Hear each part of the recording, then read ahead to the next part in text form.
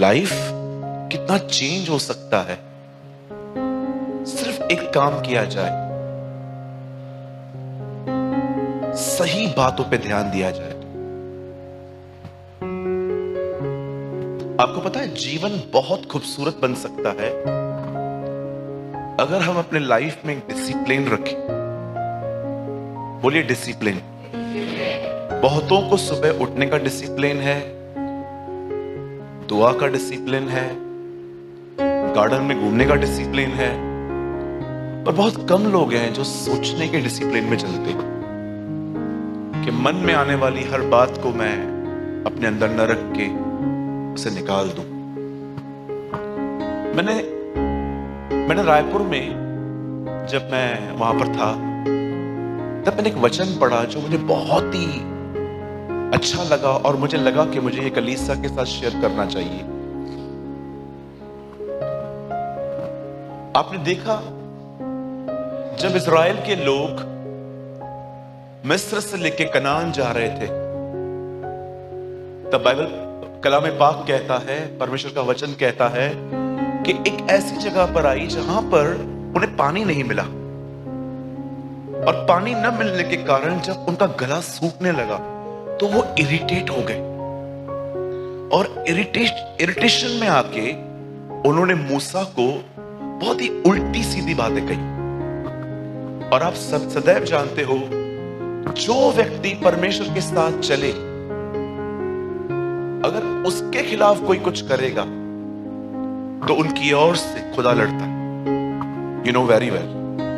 इसीलिए मैं हमेशा कहता हूं जो लोग सच्चाई से परमेश्वर की सेवा करते हैं, अगर आपको लगता है ना कि वो आपसे कुछ गलत कर रहे हैं, आप उनसे जाके बात कर लो, लेकिन जगह जगह उनका नाम न खराब करो।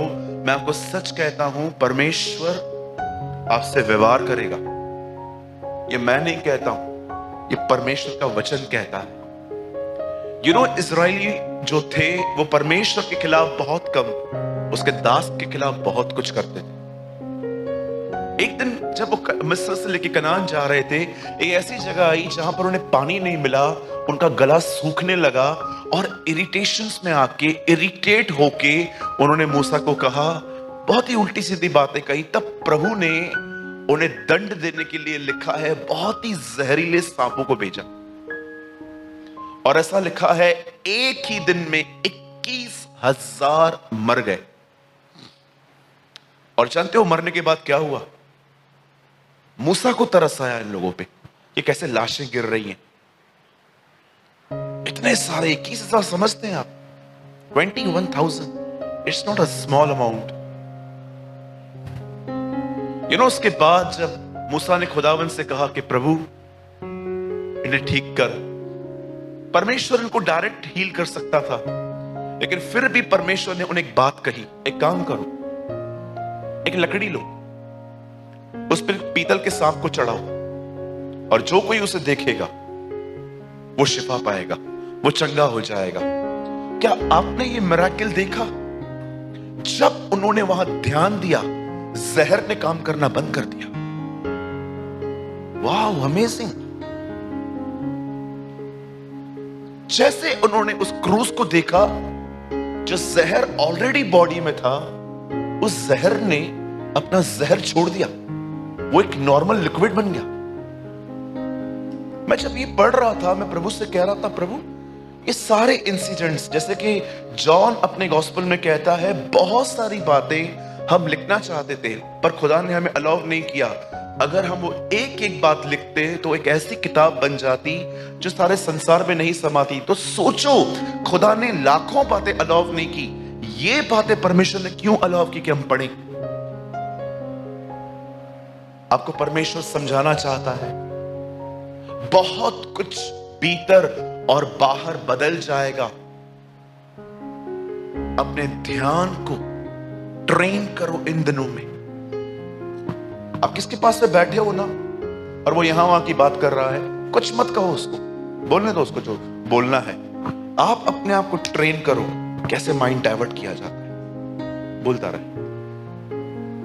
प्रॉब्लम क्या होता है, जब हम कान लगाते हैं ना तब बातें हमारे अंदर घुसती हैं और सेम लाइफ हमारे अंदर भी आती है, ये कर रहा है, मैं क्यों ना करूं। मैं आज जब मैं आ रहा था, पता नहीं क्यों सब मुझे ही मिलते, एक से एक मिलते हैं हमेशा, कभी सोने ही नहीं देते मुझे प्लेन में। मैं आज आ रहा था, मेरे दोनों तरफ ऐसे लोग बैठे थे, उनकी बातें खत्म ही नहीं हो रही थी। एक पीछे बात कर रहा था, एक साइड पे बात कर रहा था। अब मुझे नींद ही नहीं आ रही थी, मेरा मन कर रहा था मैं इनको कहूं कि प्लीज ब्रदर थोड़ी देर शांत हो जाओ ना। एक तरफ मैम थी, एक तरफ अंकल थे। तब मुझे प्रभु ने कहा, तू मुझे देख, छोड़ इनको। थोड़ा हल्का हो गया। फिर और एक गीत गाना चालू किया। मयूर गाते हैं वो गीत गाना चालू किया। मैंने प्रभु को कहा, करता हूं मैं तेरी चिंता, तू क्यों चिंता करता है। मैंने कहा तू मेरी चिंता करता है ना, इनको सुना। आपको पता है गीत गाते गाते गाते नींद आ गई। और जानते हो मुझे किसने जगाया? उन्होंने कहा भाई साहब उठिए। मैं सोच रहा था अगर हम अपना ध्यान बदलें, क्या कुछ नहीं हो सकता। प्रॉब्लम ये होती है हमारे लाइफ में जो गलत होता है ना, हम उसमें घुस जाते और पूरे गंदे होके बाहर आते, है ना। ट्रेन करो अपने आप को, परीक्षण दो अपने आप को। मुझे हर जगह हर चीज के बारे में, नॉनसेंस बातों के बारे में सोच के अपना दिमाग नहीं खराब करना है। अंकल दिनकरन हमेशा कहते थे, we are living in unthankful world. हम एक ऐसी दुनिया में रहते हैं, आप किसी के लिए कितना भी करो, अंत में आपको यह सुनने को मिलेगा ही आपने क्या किया। अंकल दिनकरन ने अपने लाइफ में अपना माइंड ट्रेन कर दिया था। कुछ कितना भी कर, कितना भी तू कर किसी के लिए, लेकिन प्रतिफल की आशा खुदा से रख, अदरवाइज आप हर्ट होंगे।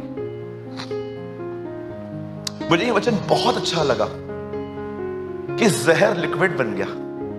सिर्फ उन्होंने क्या किया, वहां देखा, लिखा है वो ठीक हो गए। मेरे भाइयों, मेरी बहनों, आपकी जिंदगी की सबसे बड़ी प्रॉब्लम ये नहीं है कि आपके आसपास बुरा हो रहा है, आपके घर में आपके साथ बुरा व्यवहार हो रहा है, आपके चर्च के अंदर आपके साथ बुरा हो रहा है। आपका सबसे बड़ा प्रॉब्लम ये है, आप ध्यान दे रहे। That is your problem. This is your issue. मैंने कभी कभी देखा है जब नए लोग नौकरी पे जाते हैं ना, उनको स्टाफ से बहुत तकलीफ होती है। जैसे नई नई नौकरी पे जाएंगे ना, फिर प्रेयर के लिए आते हैं, ब्रदर प्रेयर कर दो ना। क्या हुआ ब्रदर? ब्रदर बहुत पॉलिटिक्स है। ब्रदर क्या पॉलिटिक्स है? ब्रदर सबको 8 बजे छोड़ते हैं, मेरे को 10 बजे तक बिठाते। लंच के लिए भी बोलो तो ब्रदर पता नहीं क्या क्या करते हैं। आप सुनिए, आप अपने जॉब में कल जाइए फिर से, और जो आपसे पहले सीनियर्स है ना, आप जाके देखिए, उनके साथ भी सेम व्यवहार होता है, पर उनको फर्क क्यों नहीं पड़ता? क्योंकि वहां बैठ बैठ के उन्होंने अपने आप को समझा दिया है, ये तो नहीं सुधरने, अपने को ही सुधरना।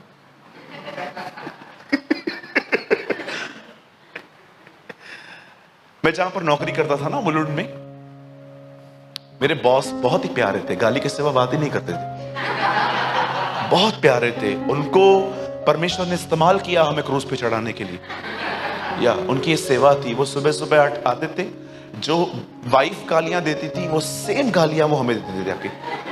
तो हम समझ गए थे कि एक्चुअली ये, और बूढ़े भी थे आपको पता है। तो एक दिन उन्होंने मुझे बहुत गालियां दी। मैं बहुत रोया। घर से निकले थे हम, बच्चे थे, काम करते थे, तो बहुत रोया मैं वॉशरूम में जाके। मैंने कहा प्रभु, मैं उन दिनों में यीशु को नहीं मानता था, तो मैंने ऐसे ही बातों बातों में कह दिया, हे भगवान अगर तू है तो उसके टुकड़े टुकड़े कर। मैंने ऐसे बोल दिया। मैं इतना इरिटेट हो गया। मैंने उन दिनों में फोन नहीं होता था, BSNL की लाइंस होती थी। मैंने घर कॉल किया, मैंने कहा मुझे नौकरी नहीं करनी है ये। लेकिन अगले दिन भी मैं आया, गाली पड़ी। तीसरे दिन भी आया, गाली पड़ी। एक दिन तो बॉटल मेरे हाथ से टूट गई, बहुत गाली पड़ी। पर मैं देखता था मेरे अंकल का व्यवहार सबसे एक जैसा था। एक और अंकल थे, उनकी एज के थे, वो उनको भी गालियां देते थे।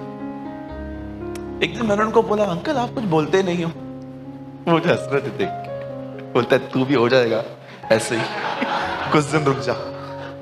आज मुझे मालूम पड़ता है actually they are mature people. वो जान गए कि हर एक को काउंसलिंग नहीं दी जाती है कि प्लीज मुझसे ऐसा मत करो। कहां कहां पर खुद को समझाना पड़ता है।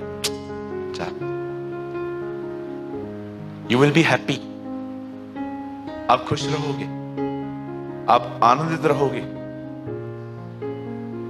बोलो प्रभु यीशु मसीह की। कुछ समझ पा रहे हैं आप लोग? हाँ ब्रदर, 2-3 चेहरे दिख रहे हैं। अभी और दिखाता हूं। इसीलिए बाइबल साफ कहती है, आओ हम अपने उस विश्वास के कर्ता और सिद्ध करने वाले यीशु की ओर ताकते रहें। कितने लोग हैं जो इस वचन को लेके दुआ करते हैं, खुदा मुझे ताकना नहीं, ताकते रहना सिखा, क्योंकि ताकता तो मैं रोज हूं, पर ताकते रहना मुझे नहीं आता। आनंदित तो मैं रहता हूं प्रभु, सदा आनंदित रहना नहीं आता मुझे। मैं दुआएं करता हूं, ये प्रेम तो मैं करता हूं प्रभु, पर मेरा पहला सा प्रेम छोड़ दिया। ट्रस्ट मी, मैंने रिसेंटली खुदा से ये दुआएं की। प्रभु आपने कहा आनंदित रहो, मैं तुमसे फिर कहता हूं आनंदित रहो। मैं आनंदित रहता हूं प्रभु, सदा आनंदित रहना मुझे नहीं आता। तू कहता है ताकते रहो, मुझे ताकना आता है, ताकते रहना नहीं आता है प्रभु। तूने कहा धन्यवादी बनो, मुझे धन्यवाद करने आता है, धन्यवादी बनने नहीं आता है प्रभु। जो स्टैंडर्ड तूने रखा है प्रभु, मैं वहां तक नहीं पहुंच पाता। क्या आप ये दुआएं करते हैं खुदा से? प्रभु ताकते रहना मुझे आता है, सुबह आधा घंटा, दोपहर में आधा घंटा, शाम को आधा घंटा, पर ये ताकते रहना क्या है प्रभु, ये तो सिखा। आनंद करने मुझे आता है। आप देखो, मैं प्रभु आपके भवन में डांस करता हूं, नहीं आती है फिर भी करता हूं। लेकिन ये आनंदित रहना, उपवासी रहना, धन्यवादी रहना, ये कंटिन्यूटी मुझे नहीं आती है खुदावन। मैं ओकेशनली वाला व्यक्ति हूं प्रभु। मैं प्रभु बोझ के समय बिलीव करता हूं आप मेरे लिए मरे, लेकिन ये विवेक मुझ में सदा कायम नहीं रहता कि मैं हर समय इन बातों में सोचूं कि क्या मेरे लिए कीमत चुकाई गई है। That's a standard. ये एक स्टैंडर्ड है। जब आप बाइबल को पवित्र आत्मा से परिपूर्ण होकर पढ़ेंगे ना, आपको हर अध्याय में, हर समय अपने जीवन के लिए कुछ नया मिलता रहेगा। बोलो यीशु की जय।